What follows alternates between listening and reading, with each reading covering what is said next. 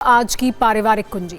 ये कुंजी उन बच्चों के लिए है जो अपने बुजुर्ग माता पिता की देखभाल नहीं करते, उन्हें बुढ़ापे में बेसहारा छोड़ देते हैं, और उन माता पिता के लिए भी जो अपने बच्चों की बेरुखी के कारण अभावों में अपना बुढ़ापा बिताते हैं।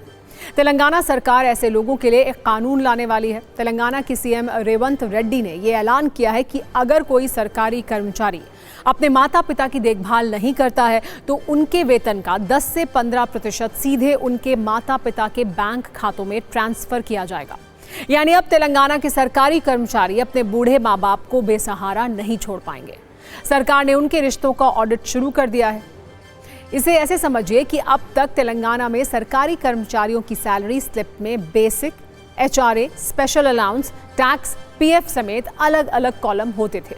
तेलंगाना सरकार के इस कानून के बनने के बाद सैलरी स्लिप में एक और कॉलम जुड़ जाएगा, जिसे आप पेरेंट केयर डिडक्शन कह सकते हैं, यानी माता पिता को मिलने वाला हिस्सा।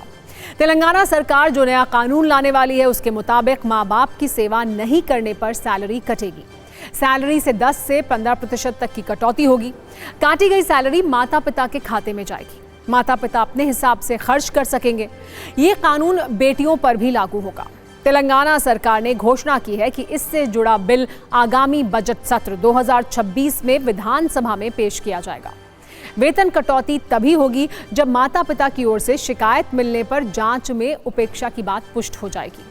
इसके दुरुपयोग को रोकने के लिए उचित सुरक्षा उपाय भी किए जाएंगे। तेलंगाना सरकार जिस तरह का कानून बनाना चाहती है वैसे कानून असम में पहले से मौजूद हैं। तेलंगाना सरकार इस मामले में असम की प्रणाम योजना का अध्ययन कर रही है, जहां ऐसा कानून पहले से प्रभावी है।